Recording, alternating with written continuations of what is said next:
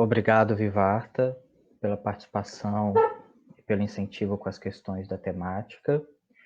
E assim a gente encerra o primeiro bloco de perguntas que foram enviadas antecipadamente por cada um dos nossos cursistas.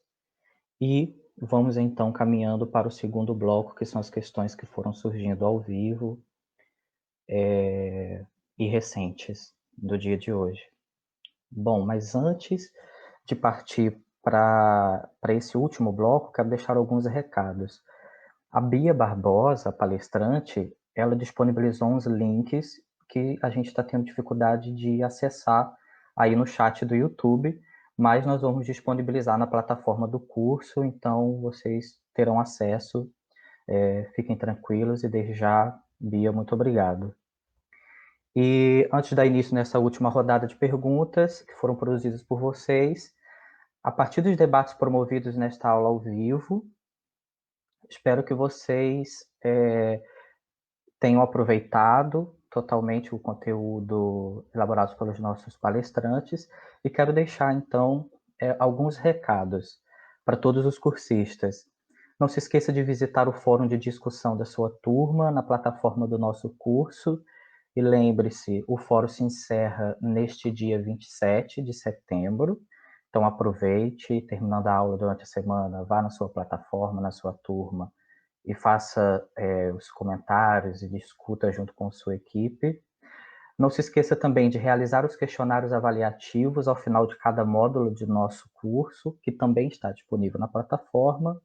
E, por fim, não esqueça de planejar e não deixe para a última hora para escolher e desenvolver o seu estudo de caso. E esse estudo de caso, que está na plataforma, ele deve ser enviado até o dia 11 de outubro para correção.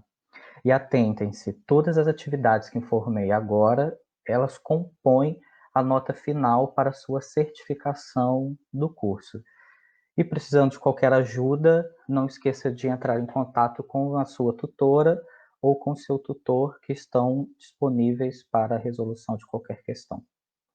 Bem, caminhando para esse último bloco, eu peço para que então os nossos palestrantes tomem notas das perguntas que foram geradas agora ao vivo e farei a leitura de todas, se todos consentirem, e aí a partir das suas especificidades, especialidades, cada um vai pegando para si com maior proximidade para a resposta.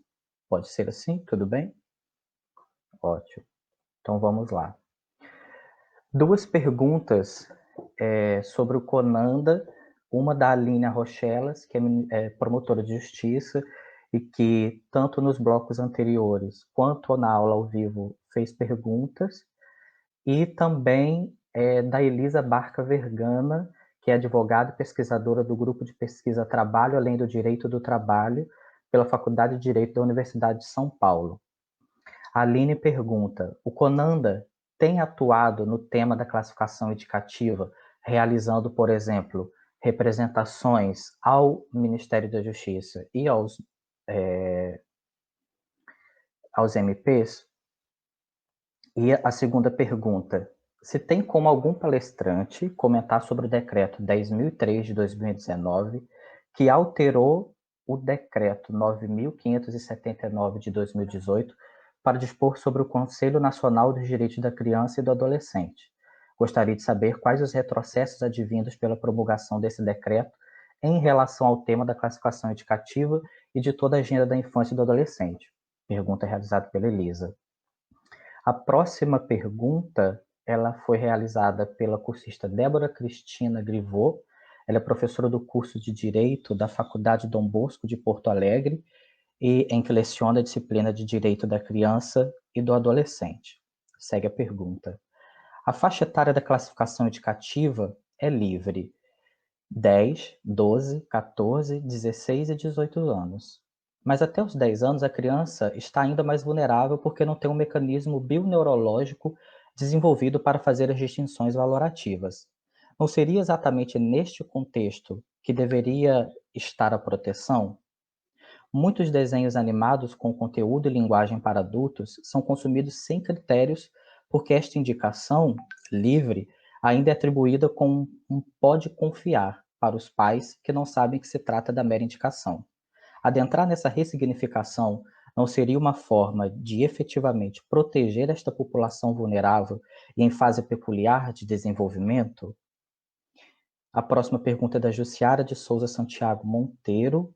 Ela é bacharel em Direito, mediadora judicial, voluntária da Oficina de Pais e Filhos da Defensoria Pública e assessora técnica do Gabinete da Defensoria Pública do Estado do Piauí e presidente do Conselho da Comunidade Teresina, junto à Vara de Execuções do Tribunal de Justiça do Piauí.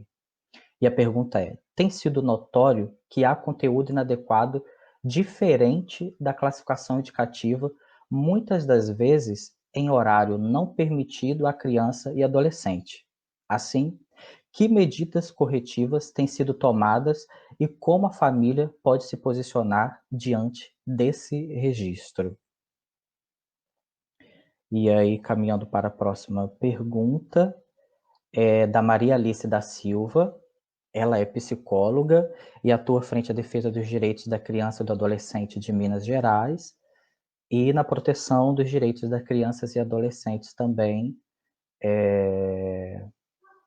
na sua atividade como psicóloga. Ela é de Belo Horizonte. E aí a pergunta é: sobre a proposta popular de sugestão 24/2020 que ocorreu no Senado, que visaria readequar de 6 da manhã às 22 horas a exibição de programas policiais sensacionalistas pela televisão aberta, e esta proposta de iniciativa popular, que foi gerada pelo Jonas Rafael Rossato, ela questiona, mas teria de ser feita uma mobilização muito forte para conseguir contrapor os interesses sedimentados das empresas de comunicação e apoiadoras, que perderiam audiência e, consequentemente, recursos de marketing e propagandas. E assim, quais mecanismos de divulgação poderiam ser utilizados para essa conscientização e as ações? Abaixo-assinados, moções de apoio, como para fazer que essa iniciativa chegasse às mídias, ampliando o conhecimento das pessoas e angariando apoios pelas redes sociais? E assim, encerro esse último bloco de perguntas. E aí, quem gostaria de iniciar? Se gostaria que eu fizesse novamente o núcleo da pergunta. Eu vou começar, Valber, obrigada. Eu já anotei aqui as questões, te agradeço, não precisa repetir, não. Bom, primeiro sobre a questão da Débora, né? Sobre a faixa. Sobre o Conanda, acho que Vivarta e Domingos podem responder melhor do que eu, deixo para eles, mas sobre essa questão da faixa livre e que alcança aí as crianças menores de 10 anos. Antigamente, a classificação indicativa tinha, o Henrique chegou a comentar isso na aula passada, a classificação indicativa tinha um outro símbolo de classificação que era do especialmente recomendado, que eram conteúdos que passavam por uma análise do Ministério da Justiça e recebiam esse selo no sentido de chamar ainda mais atenção de que ali a família poderia de fato ficar tranquila. Eu concordo com você que essa ideia de livre acaba passando uma ideia de nenhuma preocupação, mas eu acho que se está havendo conteúdos que estão violando o guia, ou se há uma avaliação de alguns setores e de profissionais que trabalham com desenvolvimento e com direitos de crianças e adolescentes, de que é necessário fazer mudanças no guia para incluir determinadas questões, ou tirar algumas questões que estão na classificação livre e colocá-las para a classificação acima de 10 anos, acho que é fundamental a gente fomentar esse debate. E eu, como integrante do Comitê de Acompanhamento da Classificação, me disponho a receber essas sugestões para a gente levar isso para o Ministério da Justiça na próxima reunião do comitê e, eventualmente, sugerir revisões no guia e aprimoramentos em relação a isso. A questão é que você fazer uma subdivisão dentro da classificação livre por faixas etárias, eu também não sei se isso ajudaria, principalmente num contexto em que a maior preocupação que eu acho que a gente tem nesse momento é a questão horária, de que horário que essas programações vão ao ar. E aí acho que isso junta um pouco com uma outra pergunta que foi feita sobre os conteúdos estarem sendo veiculados fora do horário permitido. E, infelizmente, a gente perdeu essa questão da vinculação horária à classificação etária no Supremo Tribunal Federal. Então, em teoria, você pode ter conteúdos de faixa adulta, né, para maiores de 18 anos, passando às 2 horas da tarde. Essa, infelizmente, foi a decisão que o Supremo Tribunal Federal adotou.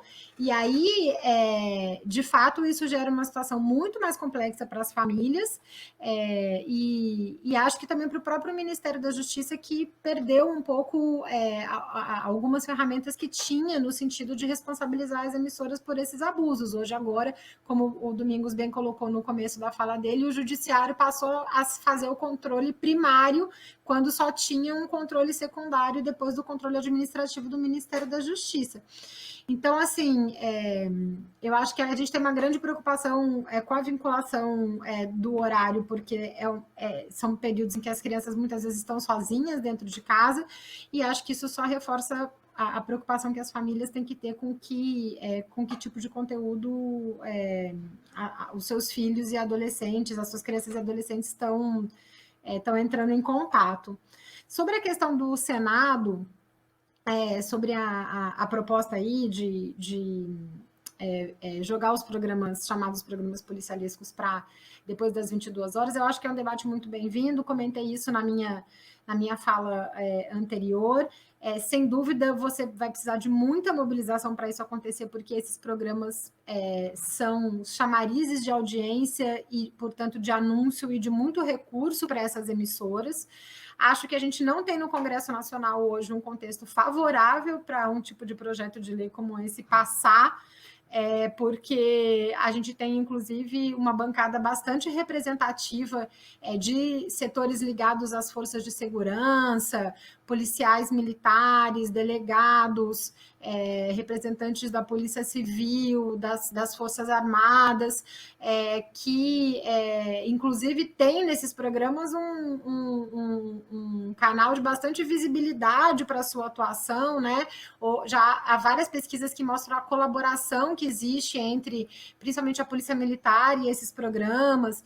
Então, acho que a gente tem uma correlação difícil para passar, mas fico feliz que tenha havido essa proposta a partir de um cidadão que conseguiu mobilizar 20 mil votos favoráveis e levou isso para uma comissão do Senado ter que deliberar. E imagino que a Comissão de Direitos Humanos do Senado vá aprovar a sugestão e vá dar início à tramitação desse projeto. Mas entre isso acontecer e esse projeto ser aprovado nas duas casas, e depois entre isso acontecer e esse projeto também ser sancionado pela Presidência da República, há um passo muito grande. Acho que a mobilização nas redes sociais é fundamental de ser feita, mas acho que também, a partir do momento que iniciar uma tramitação formal no Senado, vale sugerir, por exemplo, se a gente conseguir superar essa fase aí de pandemia e isolamento social, vale sugerir, por exemplo, audiências públicas no Senado que as pessoas se mobilizem para estarem presentes, que indiquem representantes das famílias.